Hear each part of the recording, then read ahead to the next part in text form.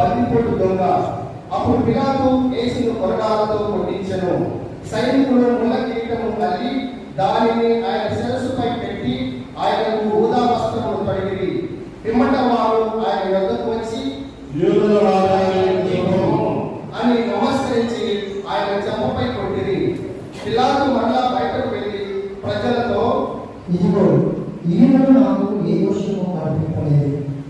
నేను తెలుసుకున్నప్పుడు నేను ఏమి ఎదుటకు ఈయనను తీసుకుని వచ్చుచున్నాను అని చెప్పెను. అప్పుడు యేసు ముళ్ళ కిరీటమును ఊదా వస్త్రమును ధరింపబడిన వాడై బయటకు వచ్చెను. ఇదిగో ఆయనను చూడు అని పిలాతు అడిగాడు.